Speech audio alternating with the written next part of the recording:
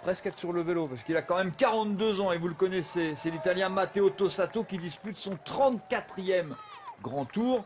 13 Tours de France, 13 Tours d'Italie, 9 Tours d'Espagne.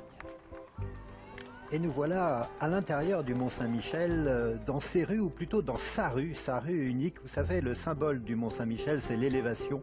Donc il n'y a pas seulement à vélo qu'on grimpe, aussi à pied quand on est sur le mont, c'est toujours grimper. Il y a ce qu'on appelle des degrés extérieurs, les marches extérieures, et puis ensuite les degrés intérieurs qui amènent vers l'abbaye. Alors beaucoup de visiteurs du mont ne vont pas jusqu'à l'abbaye, et c'est très dommage parce que vraiment visiter le mont, c'est bien sûr traverser sa rue, c'est son musée historique, aller découvrir un certain nombre de boutiques anciennes dans leur jus, mais c'est aussi évidemment monter jusqu'à l'abbaye. C'est là qu'il y a le plus de, j'allais dire, de légèreté et de grâce.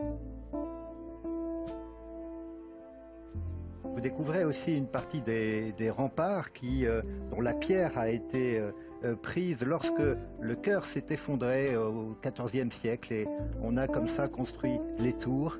Et sur la gauche, on aperçoit évidemment l'archange, encore une fois.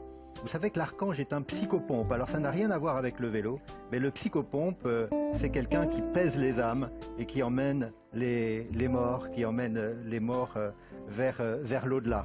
Il n'y a plus de pompe sur les vélos, hein. En tout cas sur les vélos des coureurs du Tour de France. Hein. Voilà, mais des coups de pompe, ça peut arriver. Hein.